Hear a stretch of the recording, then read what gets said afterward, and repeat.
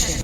5, 4, 3, 2, 1. Okay, I got 2 for you this time, so get the ka-chings ready. Okay. Because I got my best stuff right now. How do you get into Donner's house, TL? Oh, Blitzen blew the door down. No, you ring the deer-bell. That's the Cha-ching. You're supposed to do the cha-ching. Hey, you're behind here. Sorry. What do you call people who are afraid of Santa?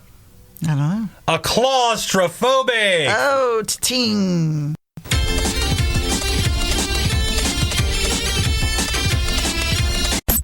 Did you know that Blue Christmas almost didn't happen? I'd heard something about that. Matter of fact, share that with everybody. Yeah, so 1957 in the studio, Elvis got there and he was ready to do a bunch of other music, and wasn't really feeling the Christmas spirit, I guess, and he just wasn't interested. And he's quoted to say, "Let's get this over with." And Millie Kirkham was there. She did the high part, right? She did. She was the hoo-hoo-hoo. She was the soprano. Yeah, okay. Right. And so she said that she also wasn't feeling it. Nobody was feeling it for some reason. And so they did do it. They busted it out, got it over with, as you say. And at the end, even she said she didn't think the company would ever release the song. Isn't that funny? Yeah. How do you do it? I guess it's hard to get in the Christmas spirit in July. Well, it sure did work because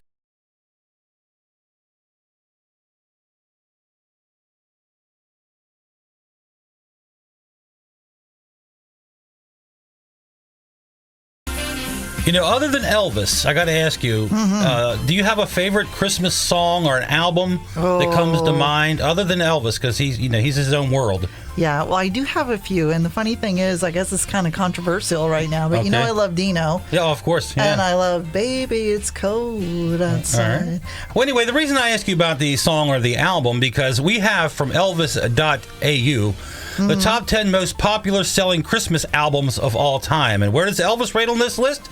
You're going to find out. We're going to go number 10. The first number 10 is A Very Special Christmas from 1987. That has sold 4,100,000 copies. Wow. Number 9, Josh Groban's Noel. 4,059,000 from 2007. Am I supposed to know who Josh Groban is? No, well, you don't have to. Because I don't know. All right, anyway. That's bad. You've heard of Mariah Carey. Yes. In 1994, she put out her album, a Christmas album, 4,937,000. Ooh, yeah. Johnny Mathis, it falls in at number 7 from 1958, his album, 500 million. Barbra Streisand, a Christmas album from 1967. Love her. She tied with him, 500 million.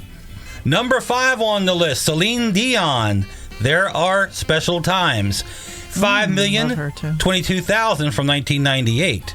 Number 4 on the list. Everybody's heard these guys before. I've heard them a lot. Mannheim Steamroller. Their first Christmas album from 1984. 600 million.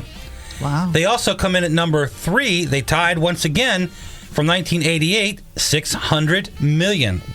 We haven't heard Elvis yet. Oh my goodness. Well, is he going to make the list at all? Number 2, Kenny G, a holiday album from 1994, 7,206,000. Oh, baby, did Elvis make it? Do you think he made the list? I imagine. Number 1 on the list on the biggest selling album, Christmas albums of all time from 1957, Elvis Presley Christmas album, 1,200 million copies. Now that's what I'm talking about. It's all Christmassy in here. We got the festive lights are hanging here in the studio, and all kinds of good things happening here at WRGG Land. I'm waiting for Santa. Santa coming? I know you. Yes, he is. He'll be down your chimney real soon. Anyway, we got to at least share one funny or something memorable on our Christmases growing up. But I know you got one, and I hope it's the one that you're going to tell that I think's hilarious. And you got to share the story. Are you talking about that crazy doll? Yes, I am. Tell that story, please. Doll. I love it. So, I guess it's probably 68-ish, 1968-ish, when that doll, the walkie-talkie doll, I can't remember, Chatty Cathy, I think they called her, and she was about as tall as I was, which wasn't very tall. Right. And my uncle on my dad's side had gotten her for me, and he was so excited to give her to me. And, of course, we'd never seen toys like that. I mean, that's like a new thing. Right. And they popped her out, and she started walking towards me, and I screamed bloody murder. I was terrified of that doll. I hated that doll. To this day, as an adult, I remember that doll. I dreamt about that doll getting out of my closet because I wouldn't. I would make Mom put her in the closet at night and put her face towards the wall so I couldn't see her and close the door. Well, I dreamt that she would come out and walk around. That evil Christmas doll. Mm-hmm. Mine, real quick, is I always loved Planet of the Apes growing up and Mego action figures. And they had a series of apes that came out, Cornelius and Zero, the main ones from the first film and all that, a generic astronaut. But I was really into the General Urko. He was the real mean one that wore the helmet. And I really wanted General Urko, but he didn't exist. They didn't make him yet. So I remember we had a wishing well in the park across from my house. I'd go over there, I'd throw quarters in. I'd throw anytime I got change. That's a lot of bubblegum. I just kept wishing and wishing and wishing for that General Urko. You were wasting a lot of money. I had confidence that wishing well God was going to take care of me.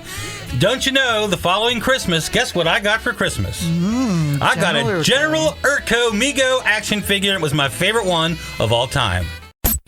It is fun sharing all these stories of Elvis at Christmas time, isn't it? It is. It's heartwarming. He was such a giving person, and that's what we're trying to show today. Strangers were family to him at times. Lyle Hayes.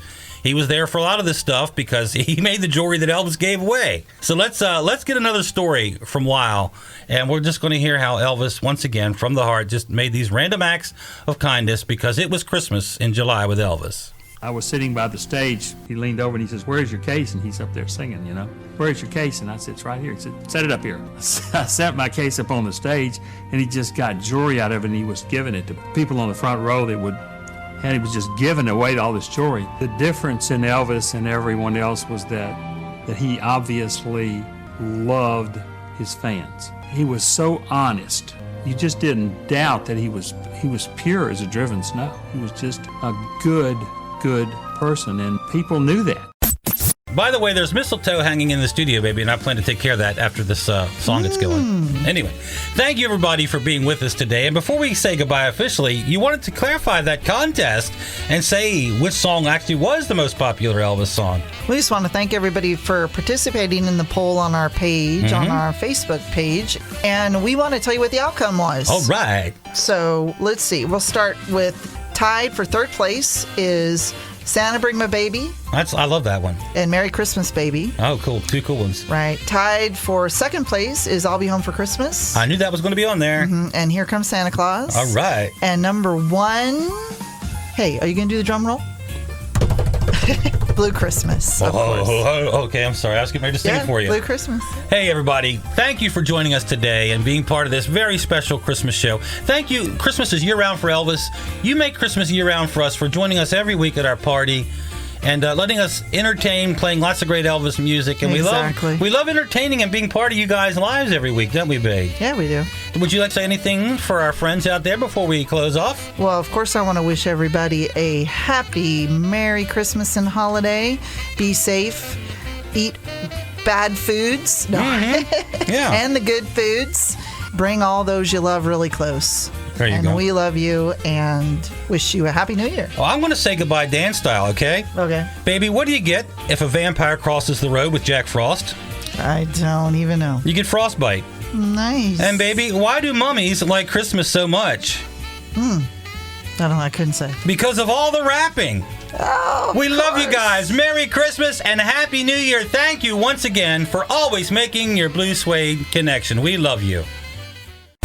Hey TL, I think Elvis fans are starting to catch on to Blue Suede Connection. What's not to love, Daniel? 2 hours of great Elvis music, lots of fun. It's our own private party. And we want everybody to be part of the party. Hear all the hits, rare cuts, and lots of surprises too.